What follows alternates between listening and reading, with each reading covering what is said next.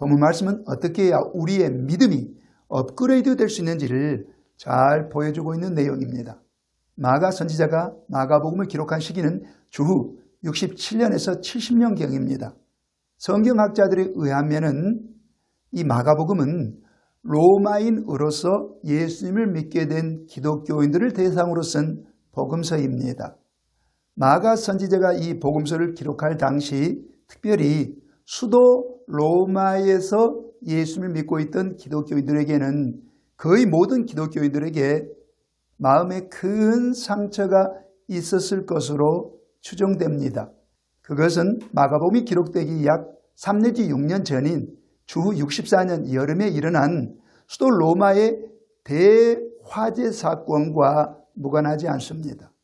그때 네로 황제는 방화죄를 로마 시내에서 예수님을 믿고 있던 기독교인들에게 뒤집어 씌웁니다.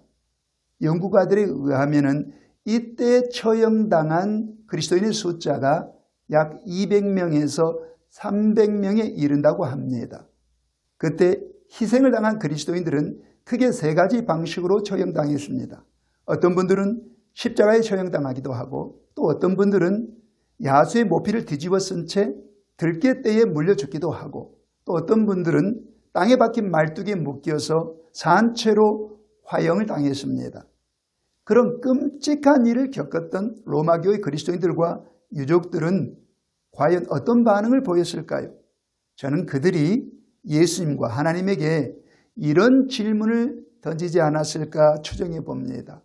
예수님, 내 아버지가 들깨떼에 물려 죽는 그 순간 예수님은 뭐하고 계셨습니까? 그때 구원을 베풀어 주셔서야 하지 않습니까? 예수님은 세상 끝날까지 우리와 항상 함께 계신다고 약속하셨는데 그 순간 지켜보고만 계셨습니까? 하나님, 내 어머니가 화형당하던 그 순간 하늘에서 폭우를 내려서라도 그 불을 꺼주셨어야 하지 않습니까? 하나님이 내 어머니를 사랑하신다면 그 정도는 해주셨어야 하지 않습니까? 아마 이렇게 하소연하지 않았을까 생각해 봅니다. 그런 하소연, 그런 질문을 마가 선지자도 분명 들었을 것입니다.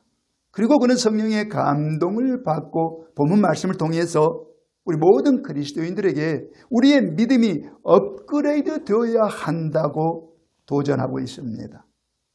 여러분, 우리가 예수님을 믿고 하나님을 믿을 때에 항상 좋은 일만 일어나는 것은 아니잖아요. 때로는 그 믿음 때문에 믿음을 지키다가 어려움을 당하기도 하고 시련을 당할 수도 있습니다.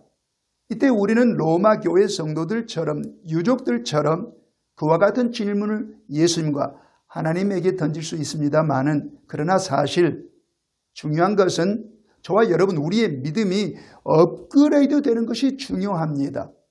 우리의 믿음이 업그레이드 되어야만 모든 시험, 모든 시련을 넉넉히 이기고 우리의 믿음을 끝까지 지켜낼 수 있기 때문에 그렇습니다.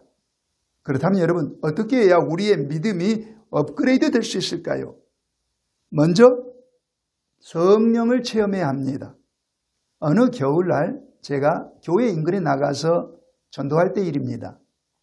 교회 인근에는 재래시장이 하나 있었는데 그 시장 어귀에서 붕어빵을 팔고 계신 분이 있었어요. 제가 그분에게 가서 붕어빵을 사 먹으면서 전도하고 있는데 두 분의 중년 여성이 다가오더니 붕어빵을 주문을 했어요. 그리고 붕어빵이 구워지는 그 사이에 두 분이 대화를 나누는데 그 대화가 제 귀에도 들렸겠죠. 그 중에 한 분이 성당에서 신부님이 자꾸 성령 그러는데 성령이 무슨 뜻이에요? 이렇게 질문하더라고요. 나머지 분이 대답하기를 나도 잘 모르겠어요. 그러더라고요. 여러분은 어떻습니까? 성령이 누구신지 잘 알고 계십니까? 우리 기독교인들 가운데는 성령님에 대해서 오해하고 계신 분들이 종종 있습니다. 성령을 받으세요. 성령을 체험하세요. 이렇게 얘기를 하면은 어떤 분은 나는 모태신앙인데 40년 동안 예수님을 잘 믿어왔어. 그런 내가 굳이 성령을 체험할 필요가 있나? 이렇게 말한 분도 있고 또 어떤 분은 성령 체험은 목사님들이라 해야 되는 게 아니야? 이렇게 말하는 분도 있어요. 그리고 어떤 분들은 내가 어느 교회를 섬긴 적이 있었는데 그 교회에서 문란을 일으킨 분들을 보니까 다 성령 체험한 분들이더라. 성령 체험하고 나서 교만해지기도 하고 은사 활동이라고 하면서 교회 질서를 깨뜨리기도 하고 그런 분들은 대개 성령 체험하는 분들이야. 난 그래서 성령 체험하기 싫어. 이런 분들이 있어요. 여러분들은 어떻습니까? 과연 우리가 성령을 체험할 필요가 없을까요? 9절 말씀을 보시겠습니다.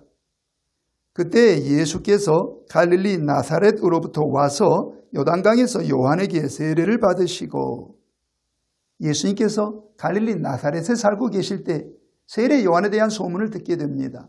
그래서 예수님은 어느 날 요단강까지 와서 세례 요한에게 물세례를 받습니다. 계속 10절 말씀을 보시겠습니다.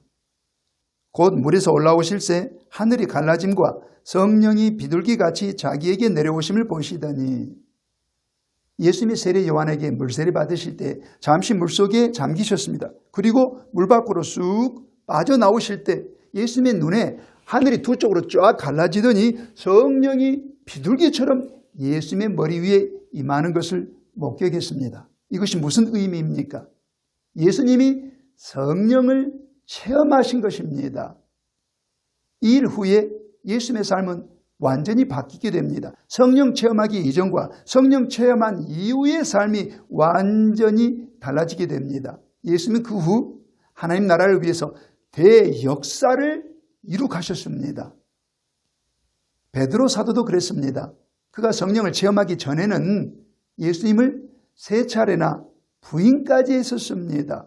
그러나 그가 오순절날에 마가의 다락방에서 성령을 체험하고 나서 그의 삶에 어떤 변화가 생겼습니까?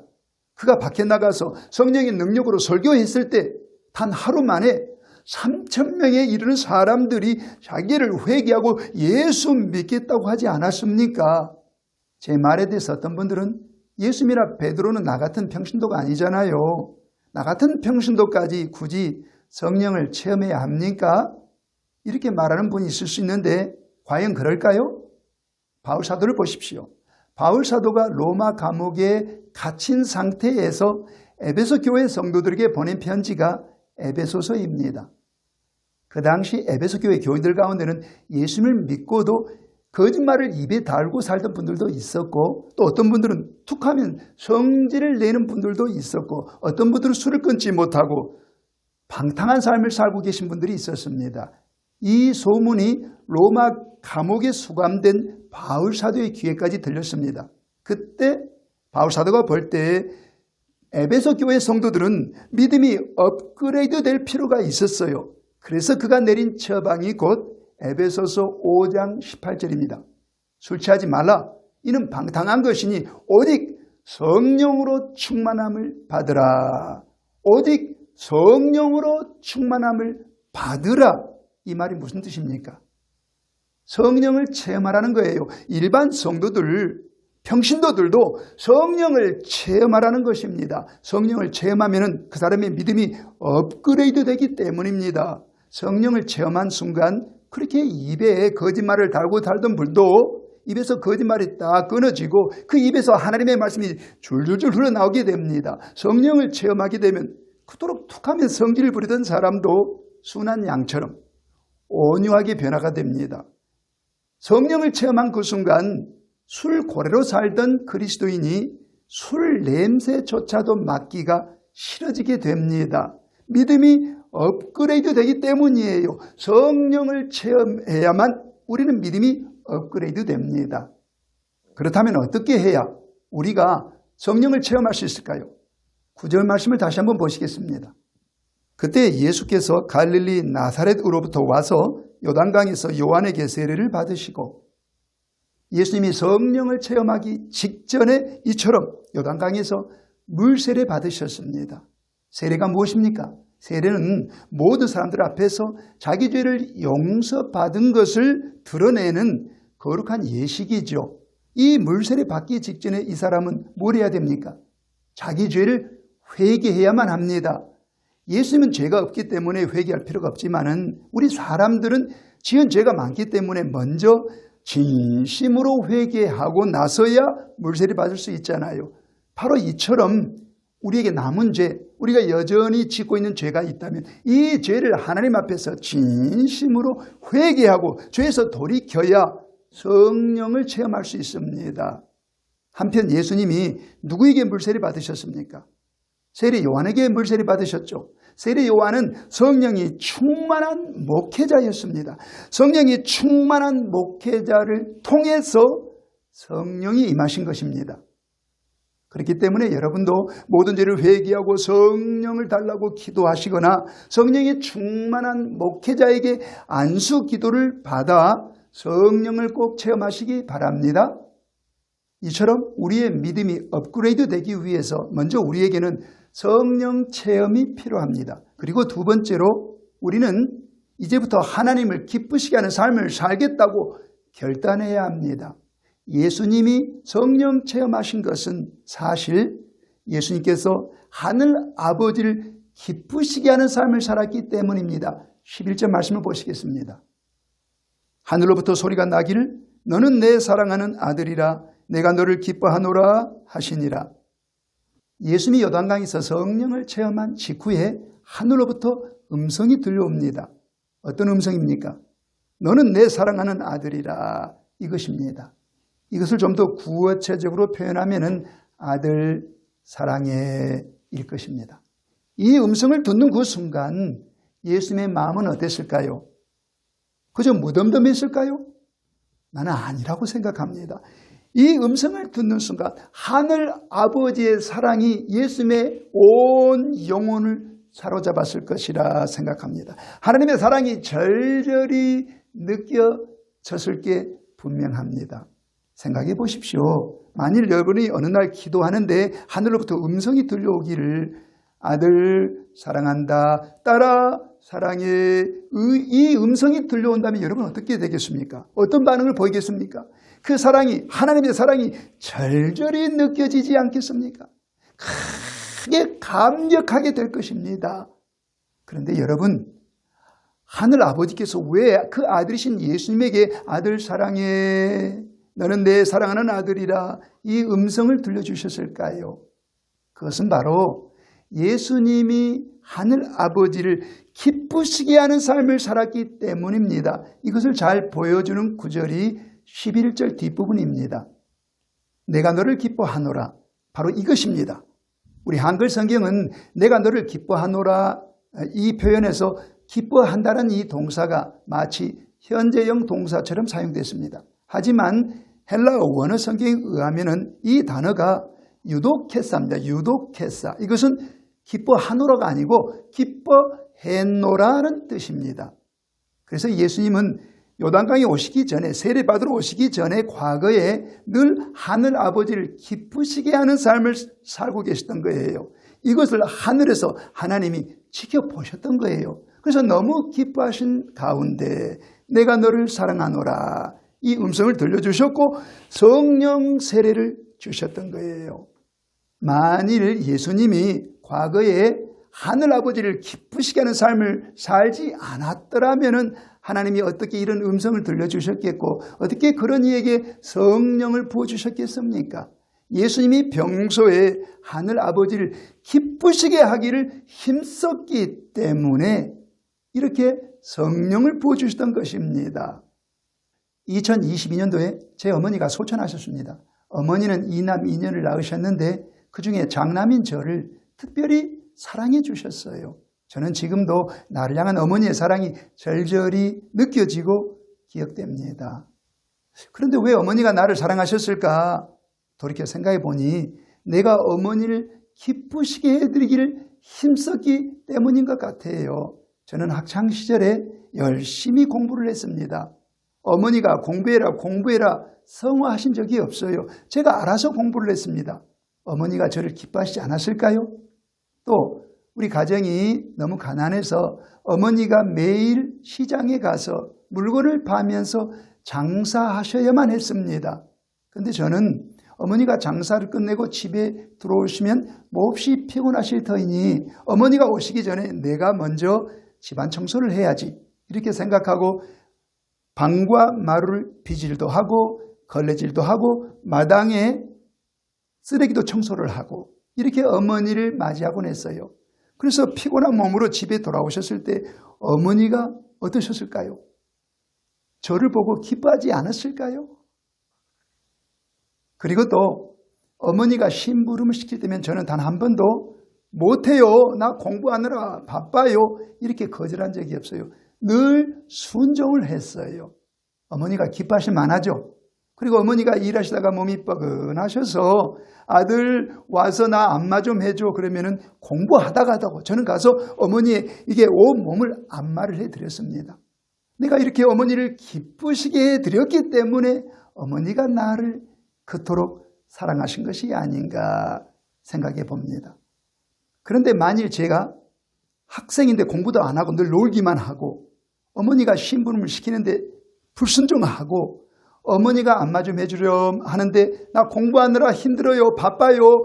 다른 형제자매에게 시키세요. 이렇게 거절했더라면 어머니가 과연 나를 그토록 사랑해 주셨을까? 저는 아니라고 생각합니다. 하늘 아버지도 마찬가지입니다. 저와 여러분 우리가 하늘 아버지를 기쁘시게 드려야지 이렇게 결단하고 하나님이 기뻐하실 수 있도록 살아야 하나님이 우리를 사랑해 주시고 그런 우리에게 성령을 부어 주시는 것이에요. 그러면 하나님의 사랑이 절절히 느껴지게 됩니다. 우리의 믿음이 업그레이드 될 것이에요. 그러면은 로마 성도들처럼 어떤 시련이 우리 앞에 닥쳐와도 어떤 어려움이 우리에게 밀려 들어와도 우리는 우리를 향한 하나님의 사랑, 우리를 구원하신 예수님의 구원의 능력을 의심하기보다 믿음을 지키며 모든 시련, 모든 어려움을 넉넉히 이길 수가 있게 됩니다. 바울 사도의 삶이 이를 입증해 줍니다. 바울 사도를 보십시오. 그가 하나님의 부르심을 받은 이후 그는 어떤 삶을 살았습니까? 하나님을 기쁘시게 하는 삶을 살지 않았습니까? 열심히 복음을 전해서 교회를 세우고 충성을 다해서 주님을 섬겼습니다. 그러나 그의 삶에는 믿음의 시련이 그치지 않았어요. 많은 어려움이 그의 삶에 임했어요. 그럼에도 불구하고 그는 단 한순간도 자기를 향한 하나님의 사랑을 의심한 적이 없습니다. 그래서 그는 로마서 8장 35절에서 이렇게 얘기합니다. 누가 우리를 그리스도의 사랑에서 끊으리요? 환난이나 공고나 박해나 기근이나 적신이나 위험이나 칼이랴. 바울 사도는 믿음을 지키다가 많은 환난을 당했습니다. 박해도 당했습니다. 수많은 위험도 당했습니다. 그러나 그 순간에도 그는 자기를 향한 예수님의 구원의 능력을 의심하지 않았고 자기를 향한 하나님의 사랑을 의심한 적이 한 번도 없었습니다. 왜요? 그의 믿음이 업그레이드 되었기 때문입니다. 믿음이 업그레이드 되면은 예수님의 구원의 능력, 하나님의 사랑이 절대로 의심되지 않습니다. 여러분에게 질문합니다. 여러분은 지금 하나님을 기쁘시게 하는 삶을 살고 계십니까? 사랑하는 여러분, 하나님을 기쁘시게 하는 삶을 살겠다고 지금 이 순간 결단하시기 바랍니다. 그러면 하나님께서 여러분에게 성령을 부어 주실 것입니다. 여러분의 믿음이 업그레이드 될 것입니다. 여러분을 향한 하나님의 사랑이 절절하게 느껴지게 될 것입니다. 여러분 모두 이렇게 되시기를 예수님의 이름으로 축복합니다.